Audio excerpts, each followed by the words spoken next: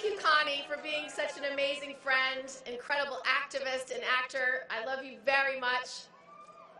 And I want to thank everyone that's gathered here today. Thank you for being here. It is a gorgeous day. And looking around at this diverse crowd, there is no doubt that America is great. Our Declaration of Independence was the start of a conversation about how to achieve life, liberty, and pursuit of happiness for every citizen. Our Constitution was always intended to grow and adapt as we formed a more perfect union, established justice, and ensured peace, security, and all the blessings of liberty. Even our national anthem ends in a question. Oh, say, does that star-spangled banner yet wave over the land of the free and the home of the brave? That open-ended question is what defines us, not just who we are or were, but who we will be.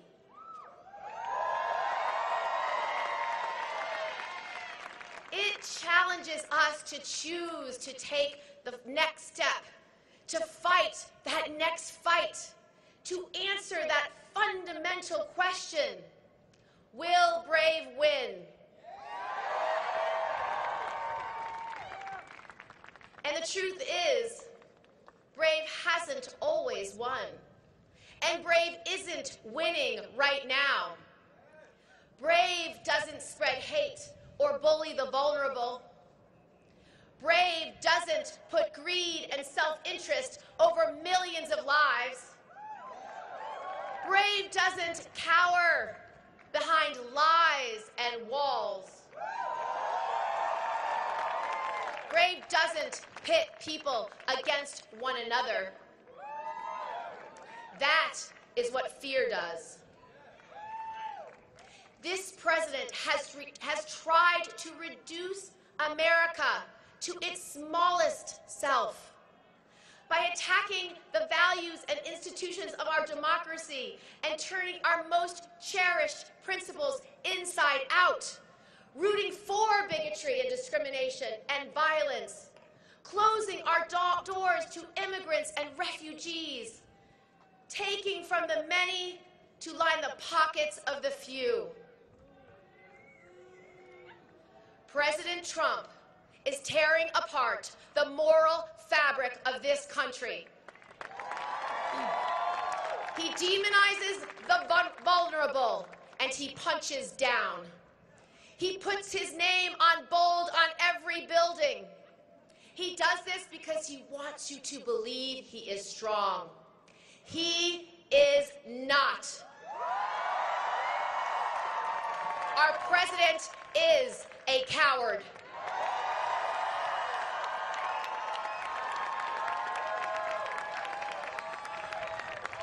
And that is not what we deserve. That is not what you deserve. We deserve a president who is brave, a president who will walk through fire to do what is right. We deserve a president who inspires us to stand for something greater than ourselves. Look up at that tower. A shrine to greed, division, and vanity. Now, look around you. The greater strength by far is ours. We are here to reject the politics of fear and hate. To listen to what Lincoln called our better angels of our nature. Because the ideals of this country, opportunity, equality, justice, are worth fighting for. We are here to embrace our shared humanity and rise above our our differences. We don't build walls that are emblems of racism and fear. We build bridges, communities, and hope. Because our unity of purpose lifts us higher than any tower. We are here today because we know that when we join together and fight for our values, brave wins. Americans prove this with their own bravery every single day. You've already heard from some of them today, but there are countless more examples all around us. The high school students who responded to unimaginable tragedy by organizing, marching, and inspiring millions to end the epidemic of gun violence. That is brave. The dreamers who defiantly tell their stories and stand up for the right to call this country home. That is brave. The sexual assault survivors who raise their voices against the powerful that tell them to stay silent. That is brave. The millions of Americans who are speaking out against this administration's cruelty towards women, Muslims, LGBTQ community members, and children at our border. That is brave. And of course, the formerly well-behaved women who organized, ran for office, voted in record numbers, and won in 2018. That, too, is brave.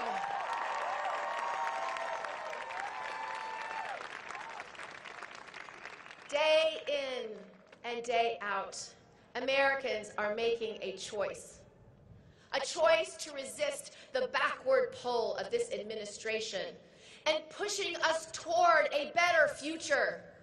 And it's brave choices like yours that have inspired me to take on the fights that others won't. It's because of you that I've chosen to be brave too. Because the people of this country deserve a president worthy of your bravery. A president who not only sets an example, but follows yours. Your bravery inspires me every day. And that is why I'm running for President of the United States.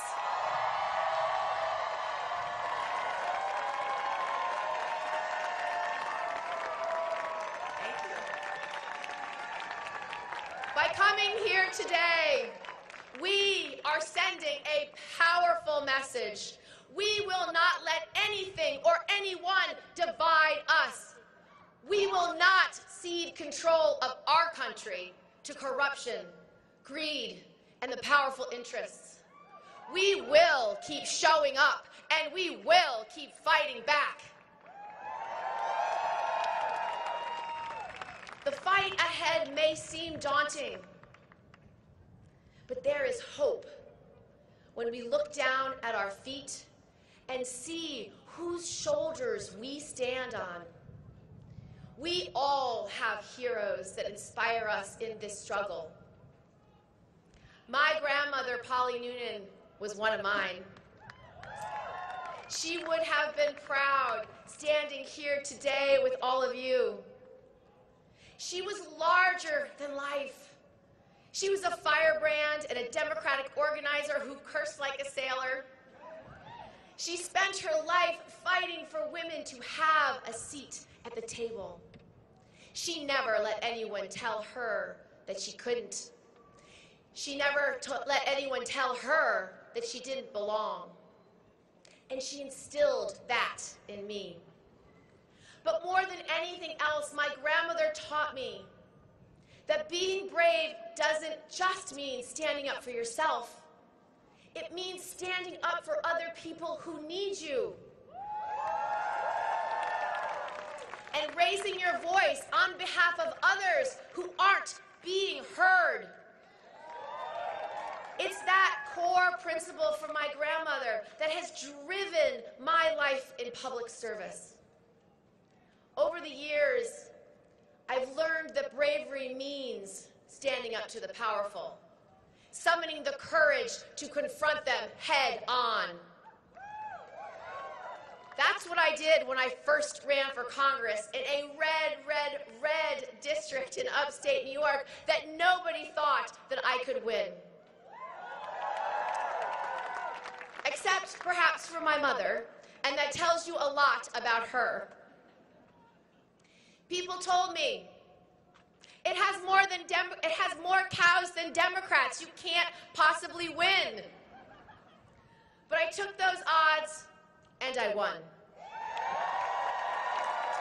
And the next election, I won again. And that time by a 24-point margin.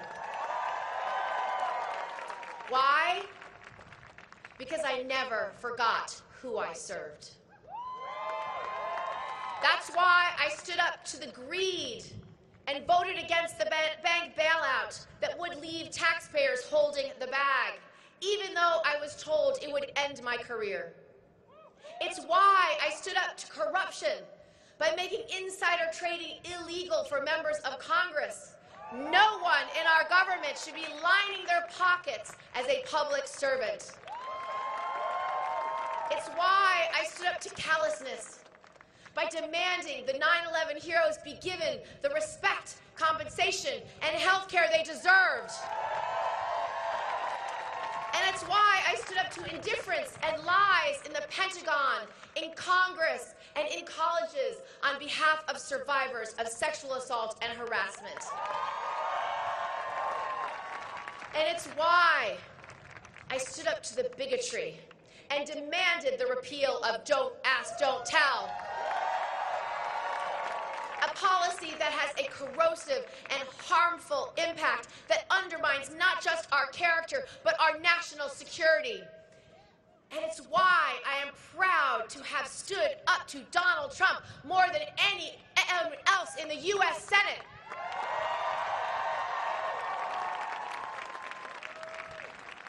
I will go toe-to-toe with anyone to do the right thing. Whether it's powerful institutions, the president, or even my own party.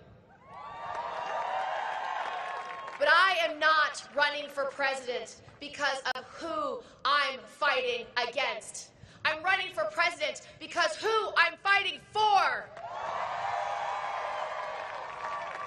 I'm fighting for an America where power truly belongs in the hands of the people, where our leaders care about everyone in this country and lead not from weakness of ego, but from strength of character, where compassion and integrity define our government, not self-interest and corruption, where we just don't care about the profits we make today, but the future we're leaving to our grandchildren. I know we can be that America, but it means starting at the root of our problems, greed. Right now, the special interests are displacing the voices of the people of this country. Find me any so-called unsolvable problem, and I will point to the greed and corruption in the way. Polluter profits take precedence over drinking water. Opioid manufacturers get a pass instead of indictments they deserve, while our neighbors are sold more addictive drugs on purpose. The NRA stops popular, common-sense gun reform while stray bullets kill our children in our communities. Dark, unaccountable money is at the heart of this outrageous inaction. We need to crack open government, flip the switch, let light flood in. That's exactly what I did when I came to Washington and challenged Congress by making my meetings, finances, and taxes public. I wanted my constituents to know I was working for them, not the powerful. I will keep leading on transparency within my own office and my campaigns. That's why I'm not taking corporate PAC money in this campaign. No federal lobbyist money and no individual super PACs. As president, I will fight for publicly funded elections. It would change the way Washington works overnight. Imagine, just for a minute, imagine your voice just as loud as the Koch brothers. What a concept. By leveling the playing field, our democracy will thrive. And we will protect against the dysfunction that's poisoning Washington right now. As your president, I will be answerable to you and you alone. I will be elevating the concerns that you would raise at a town hall or at your kitchen table. I will govern based on the principle that our democracy only works when elected leaders hear directly from you.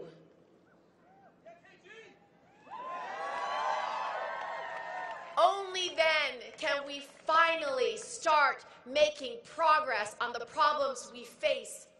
Our goals are ambitious, but the truth is, they're not controversial. Americans across party lines support these common sense ideas. It's time for this country to make quality, affordable health care a right and not a privilege. We must pass Medicare for all. I have fought for this since my very first House race in 2006. We have a plan to get from our current system to single payer. And I know because I helped to write it. We will create competition, get costs down, eliminate the greed. On education, it's time to guarantee universal pre-K, affordable daycare, and high-quality public education for every kid. For every kid in America, no matter what block they grow up on. We must make higher education affordable and accessible for everyone and reduce the crush of student debt. The federal government should not be making money off the backs of our students. In my administration, we would refinance all federal student debt to the lowest available rate. And here's a big idea. Let's improve and expand the GI Bill to make college free for anyone who agrees to do national public service. That way, our young people can pursue their dreams debt-free while helping others. To grow the middle class, we need to start rewarding work again. We must make full employment a national priority by investing in free job training through apprenticeships, not-for-profits, community colleges, and state schools. We will work with employers to connect underemployed and unemployed workers with the training, skills, and jobs that are available in their communities, in the fields of their interests. With workers' rights under attack more than ever, we need to protect the right to collectively bargain and form unions. We need to fight right to work and support card check. And let's do right by our workers and raise the minimum wage to $15 an hour nationwide.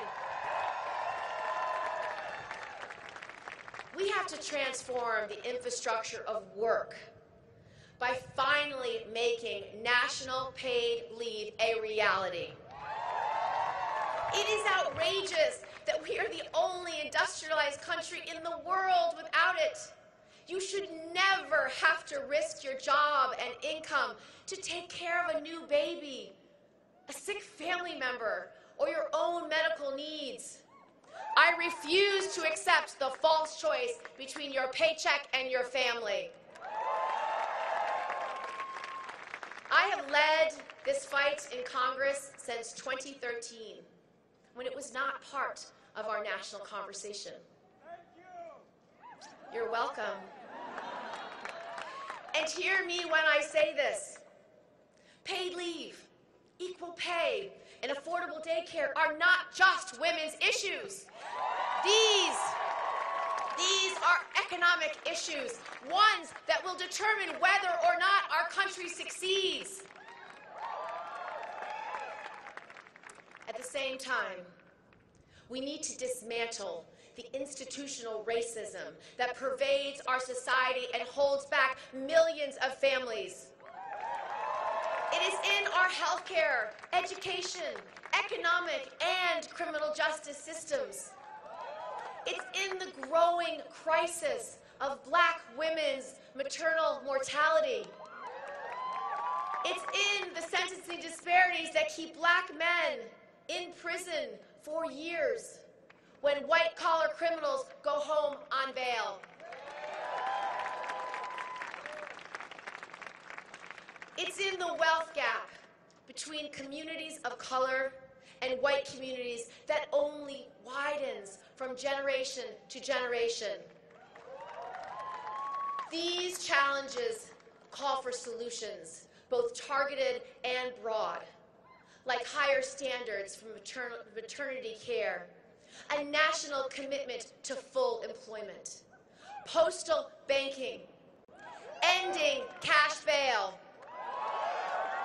and legalizing marijuana. We need to restore our moral leadership in the world. We must secure our borders effectively and fight terrorism relentlessly. But let's be very clear. Racism and fear is not a national security strategy. Building a wall, ripping apart families, banning Muslims, and turning our backs on refugees and asylum seekers isn't just wrong. It makes us less safe. We need to repair our relationships with our allies and stop fawning over our adversaries. We need to leverage our diplomatic tools to make Americans more prosperous and more secure, and always treat military force as a last resort. We must bring an end to these endless wars. America's commander-in-chief is not a dictator, and the decision to deploy our troops can never be made lightly or unilaterally without Congress.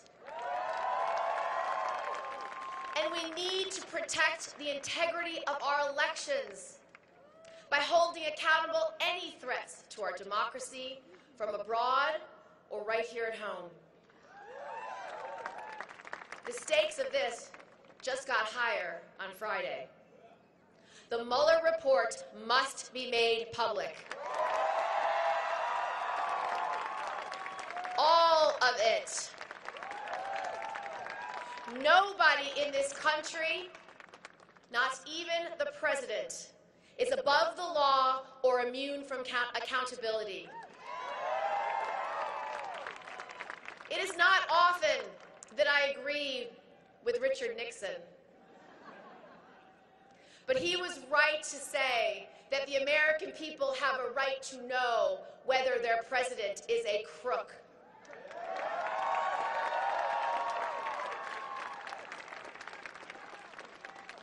And finally, We need to treat global climate change like the existential threat that it is. We need to pass the Green New Deal. Let's make this our generation's moonshot. Addressing a global challenge of this urgency will take massive effort and transformational vision, which is exactly why we should do it. Let's invest in our crumbling infrastructure, create sustainable green jobs, and protect clean air and clean water as a human universal right. And I'd like to go further than others who support this plan. I'd also put a price on carbon. I would put a price on carbon to use market forces to steer companies away from fossil fuels towards clean and renewable energy. We can't afford not to do this. We don't have time to waste. John F. Kennedy said he wanted to put a man on the moon in the next 10 years, not because it's easy, but because it's hard. I believe we should look at global climate change exactly the same way. We should aspire to net zero carbon emissions in the next 10 years, not because it's easy, but because it's hard. And it is a challenge that we are willing to accept, one we are unwilling to postpone, and one that we will win.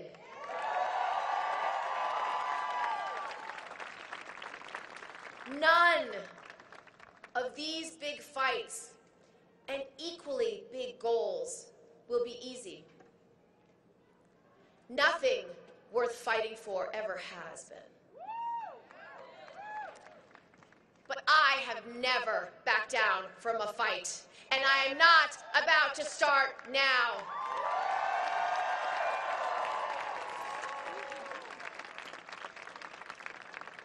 My faith tells me to care for the least among us, feed and clothe the poor, help the stranger, the sick, and the incarcerated. I believe we are all called to be the light of the world, to defeat the darkness, and to treat others the way we want to be treated. I am running for president to fix what's been broken, to repair our moral fabric, and to rebuild the common bonds between us as Americans. This fight is so much bigger than any one election. It's about making a choice and deciding who we are and who we are going to be. After all, America is and always will be the home of the brave. No matter how difficult the course before us, no matter how dark the hour, the lessons of our history is that justice, fairness, and truth are possible, but only if we are willing to put everything we have on the line to achieve it. So each one of us has a choice today. Will we defend this democracy? Will we speak for what we believe in? Will we reject the hate and fear and greed and corruption? Will we fight with every fiber of our being because everything we care about is at stake? Will we be brave? You already answered that question just by being here today. And if you are with me, if you are ready to fight and take on this fight with me, join my campaign. Go to KirstenGillibrand.com and contribute to help power this movement forward. I believe in my bones that we can do this. I know that years from now, we will look back on this moment. We will look back on this moment in history, and we will be able to say that we did something about it. We stood up, locked arms, and proved to America and the world that when people come together to drive out the darkness, hope rises, fear loses, and brave wins. Thank you.